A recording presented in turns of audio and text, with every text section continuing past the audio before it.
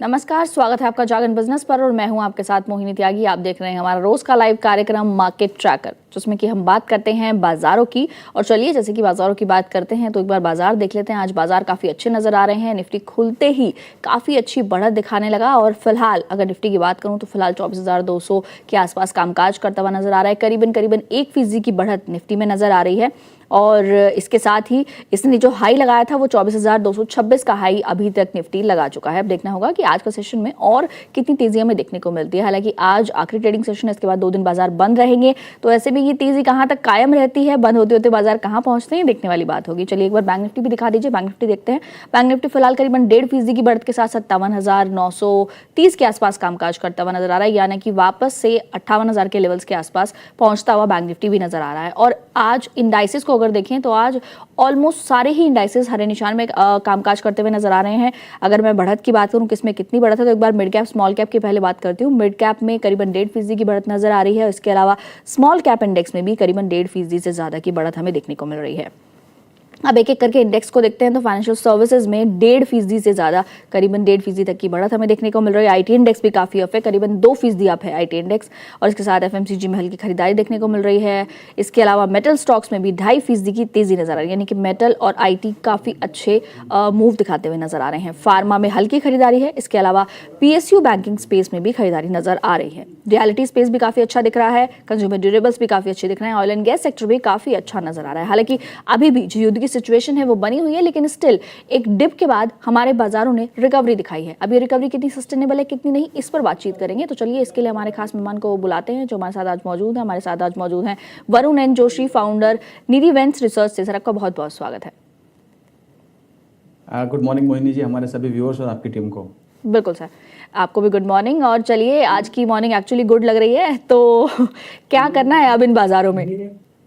जी बिल्कुल, देखिए मोहिनी जी, अब बात करेंगे मार्केट के अंदर तो जो वॉलेटिलिटी हमें देखने को मिली थी और जो मार्केट वॉलेटाइल होता है जो वेस्ट एशिया की क्राइसिस के बयानों से, बट आप देखेंगे तो जब तक ये ट्रम्प साहब रहेंगे तब तक तो ये मार्केट चलने वाला है।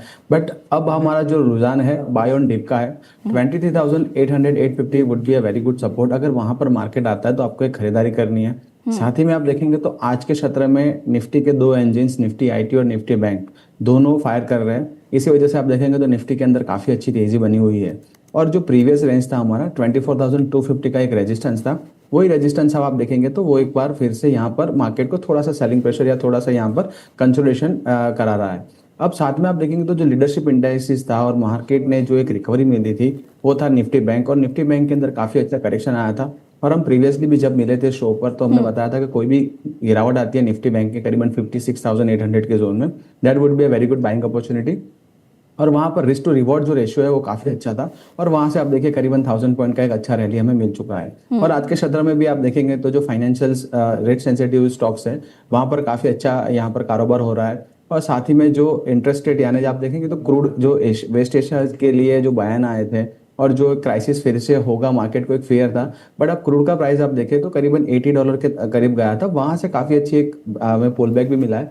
और जब तक क्रूड $85 के नीचे रहता है, जो आरबीआई का एक लॉन्ग टर्म विजन है $85 का, उन्होंने एवरेज प्राइस मान के चला है, तब तक इंडियन मार्केट के लिए कोई रिस्क नहीं है। और यहाँ से आज के जो अर्निंग्स भी आना शुरू हुए हैं, अर्निंग्स भी पॉजिटिव आ रहे हैं, तो मार्केट के लिए ओवरऑल सिनेरियो काफी अच्छे हैं। और अभी भी आप देखेंगे तो रुझान वही है, इंडाइसिस पर कम ध्यान दीजिए, स्टॉक स्पेसिफिक कारोबार करेंगे तो वहीं पे काफ़ी अच्छा मुनाफा वहाँ पर गेन्स बन सकते हैं। इंडाइसिस अभी भी कंसोलिडेशन में है और अपने जो लॉन्ग टर्म मूविंग एवरेज जो है उसके ऊपर अभी चलना बाकी है, तब तक यहाँ पर मोमेंटम नहीं बनेगा। तो इंडाइसिस अगर बाय ऑन डिप कर सकते हो तो कर सकते हैं, बट अगर आप स्टॉक स्पेसिफिक सेक्टर स्पेसिफिक हम कारोबार करेंगे तो वहाँ पर काफ़ी अच्छी अपॉर्चुनिटीज़ है। बिल्कुल। तो चलिए स्टॉक स्पेसिफिक एक्शन पर ही आते हैं और उसके लिए पहले एक बार अलग अलग सेक्टर वाइज हम डिस्कस कर लेते हैं। आज जो सबसे अच्छा करने वाले सेक्टर है उसमें मेटल सेक्टर शामिल है। करीबन 2.5% की बढ़त के साथ कामकाज करता हुआ नजर आ रहा है। तो मेटल इंडेक्स में क्या पसंद आता है आपको इस वक्त?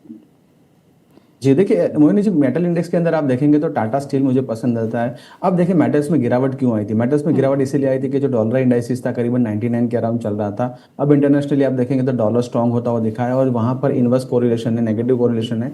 इसी वजह से मेटल्स के अंदर वहाँ पर एक काफ़ी बड़ी एक गिरावट आई थी। साथ ही में वेस्ट एशिया क्राइसिस जो था वो वहाँ पर थमता नजर आया था, तो एल्यूमिनियम प्राइसेस में काफ़ी बड़ी गिरावट आई थी, इसीलिए वो स्टॉक्स में गिरावट आई थी। अब टाटा के लिए आप देखिए, टाटा स्टील के लिए अगर आप देखेंगे तो जो उनका जो बिजनेस है यूरोप के, वहाँ पर वहाँ पर हमारा फ्री ट्रेड एग्रीमेंट भी हो रहा है। और अच्छे जो क्वार्टरली रिजल्ट से टाटा स्टील ने यहाँ पर पेश किए थे, लास्ट आप देखेंगे तो लास्ट क्वार्टरली रिजल्ट आप Q4 के देखेंगे, वहाँ से काफ़ी अच्छा करेक्शन आया है। जो लॉन्ग टर्म सपोर्ट है करीबन 180-85 के जोन में स्टॉक कंसोलिडेट कर रहा है। साथ ही में अपने 200 SMA जो है वहाँ पर एक अच्छा कंसोलिडेशन किया है। तो यहाँ पर जो रिस्क रिवॉर्ड है काफ़ी बेटर लग रहा है। करीबन 180-175 आपका जो रिस्क रिवॉर्ड है उसके हिसाब से आप स्टॉप लॉस यहाँ पर बनाए, और उसके नीचे अगर क्लोज मिलता है तो आपको एक बार एग्जिट करना है। ऊपर की तरफ यहाँ पर 205 और 220 दो टारगेट बन सकते हैं। तो टाटा स्टील यहाँ पर काफ़ी अच्छा पॉइज लग रहा है, और स्टील शेयरों में अमूमन आप देखेंगे तो काफ़ी अच्छी रिकवरी आना शुरू हुई है। तो यहाँ पर ये रिकवरी आगे बढ़ सकती है। बिल्कुल। चलिए सर, अब थोड़ा और स्टॉक स्पेसिफिक बात करते हैं जिनमें आज एक्शन नजर आ रहे हैं उन स्टॉक्स में। इसमें जियो फाइनेंस सबसे ऊपर शामिल है। जियो फाइनेंस में करीबन 3.5% की तेजी नजर आ रही है। कल भी स्टॉक अच्छा कर रहा था। ऐसे में क्या करें इस स्टॉक में फिलहाल? जी, देखिए स्टॉक में आप देखेंगे तो काफी दिनों से एक साइडवेज जोन में डाउन ट्रेंडिंग स्टॉक है।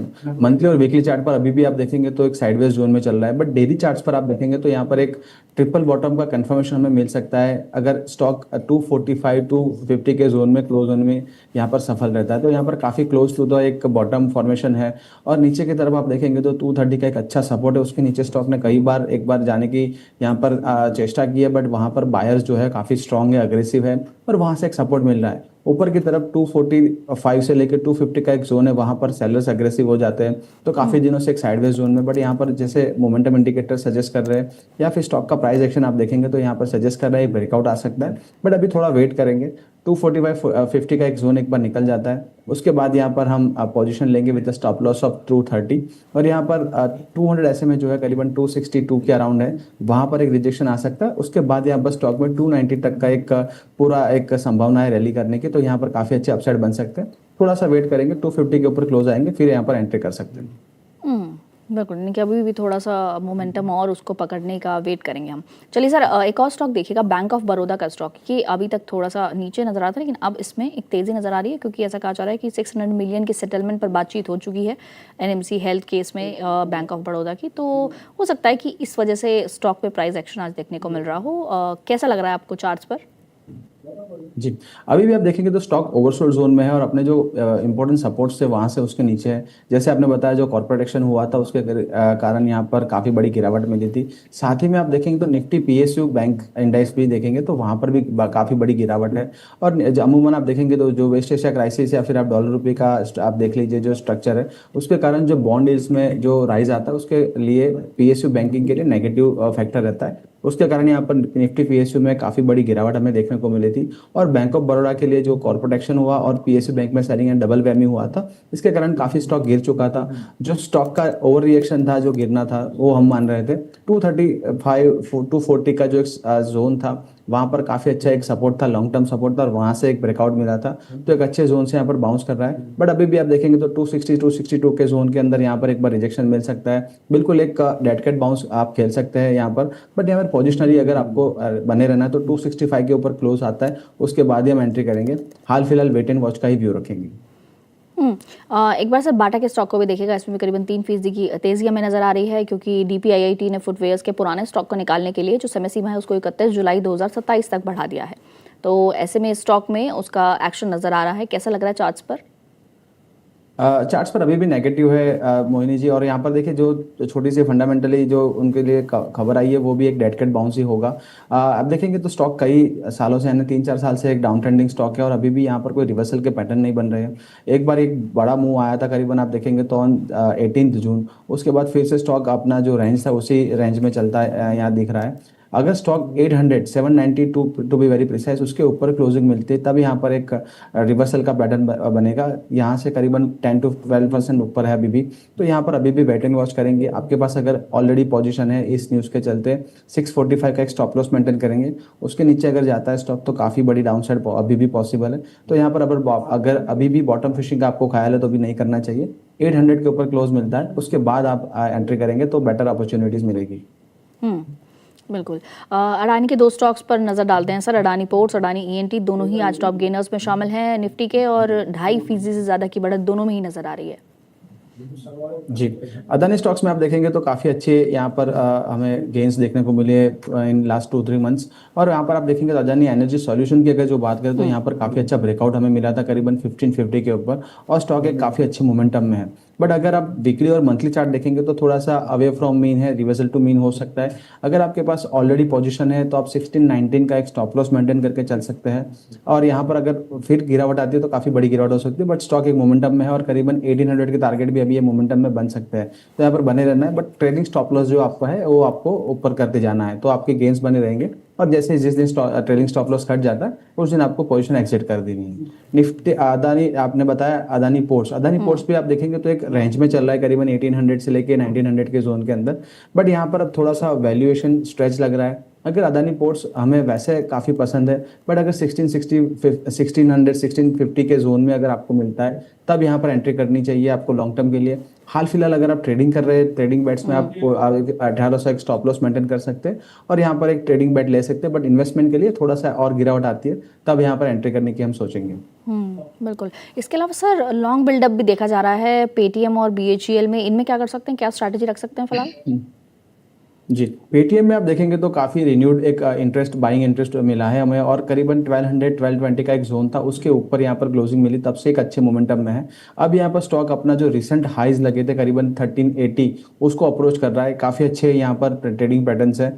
अगर आपके पास ऑलरेडी जो पोजीशन है वो आपको एक स्टॉप लॉस मेंटेन करना है 1265 का, उसके नीचे फिर से एक ट्रेडिंग रेंज में चला जा सकता है। बट यहाँ से काफ़ी अच्छे स्ट्रक्चर है और अगर लॉन्ग टर्म के लिए भी आपको यहाँ पर आपको पोजिशनिंग करना है, अगर कोई भी गिरावट आती है 1260-65 के जोन में, यहाँ पर आप बिल्कुल ऐड कर सकते हैं with the stop loss of 1220। और यहाँ पर लॉन्गर टर्म होराइजन आप रखेंगे तो करीबन 1500 से लेकर 1700 के टारगेट बन सकते हैं। देखिए मोहिनी जी, ये स्टॉक के अंदर जब से लिस्टिंग हुआ उसके बाद इन्वेस्टर्स के पैसे नहीं बने हैं और काफ़ी सारे हेडविंड्स भी आए थे।